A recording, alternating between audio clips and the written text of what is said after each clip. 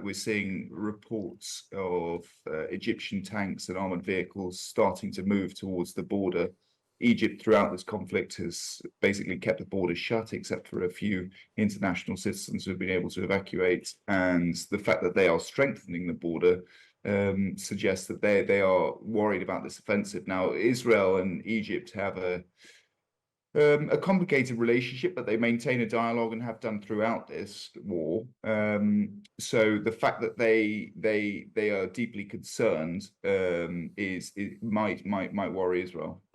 And so, just to unpack that a little, so Egypt moving tanks in fear that Egypt is where the over 1 million people from Rafah may try to flee to.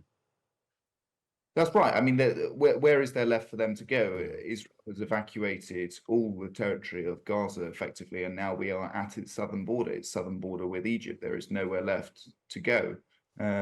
So Egypt is clearly making a calculation that, faced with the choice of death and destruction or staying put, most Palestinians will try their chances.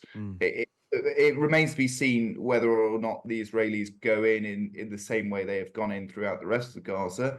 Bear in mind that we've had negotiations last week. Perhaps this is a negotiating tactic. But given what has happened, in Khan Yunis, in Gaza City, the destruction that has happened there, you would have to take the Israelis at their word. Is there any indication, George, that if they do follow through, and as you say, take them at their word, so if they do follow through with the offensive on Rafah, that this could be the culmination of Israel's move through Gaza? They have moved from north to south. There is nowhere left for the offensive to go, it would seem. Would that be your reading of the situation? Well, I think the Israelis are already talking about, having some sort of military presence in Gaza after the conflict. I think the Israelis would also regard what has happened on their northern border with Hezbollah unfinished business. So the idea that, everyone packs up and goes home and that's the end of the war once they reach Rafah is, I'm afraid, a distant sort of prospect. What is the impact of the growing concern about a potential offensive in Rafah, notably from our point of view, Lord Cameron, the Foreign Secretary, saying deeply concerned about the prospect of a military offensive in Rafah.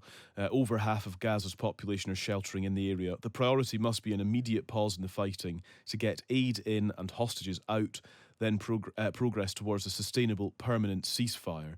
I mean, David Cameron's not the only one to speak out against this. Saudi Arabia, the US also expressing concern, the EU. I mean, you name it, there is international concern about an offensive on Rafah. Does that have any impact on the IDF? I think we underestimate the influence that the West has over Israel at this stage. I think it's important to look at domestic Israeli politics. I think Netanyahu's coalition government relies on a few extreme right ministers, and they have threatened basically to bring his coalition government down if there's any sort of perceived softening of his stance. So he's under pressure from that element, and that would trigger elections, and Netanyahu, current polling suggests, would lose quite comfortably. So there is a strong sort of political push within Israel for them to continue, for this war to go on, and it's in Netanyahu's direct interest to do that. So regardless of US, I mean, bear in mind, we had Antony Blinken, the US Secretary of State, here in Tel Aviv earlier this week, and on the very night that he was leaving and urging restraint, that was the night when Netanyahu gave his press conference saying that we're going into Rafah. So, I mean, that's a bit of a slap in the face to US diplomatic efforts. Yeah, of course. George, thank you very much. Very good to catch up with you. Thanks for your time this morning. George Grylls is defence and political correspondent for The Times, reporting this morning from Tel Aviv. Some interesting considerations there. So first of all, George saying reports of Egypt moving tanks to the Rafah border, such as their level of concern that this is where people, frankly, will spill into because there's nowhere else for them to go. That is the message that is coming loud and clear in terms of the level of concern that's being expressed about this potential offensive.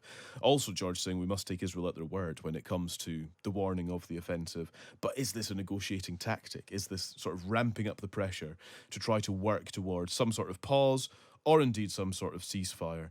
And also, notably, I think that don't underestimate the the influence of the West over Israel. I think sometimes we can, read out statements from the Foreign Secretary of the UK and other international statements and concerns and think, what is this? Is this just words? But actually, George saying there is influence to be had. And it's worth also noting, some people may say, why would Egypt put tanks on the border to prevent Palestinians spilling over? It was very clear from, historically, but certainly after the attacks by Hamas on October the 7th, that Egypt were keen to ensure that people from Gaza stay in Gaza, because their fear is that if people leave the territory, Israel could try and take over the territory and never allow them to return.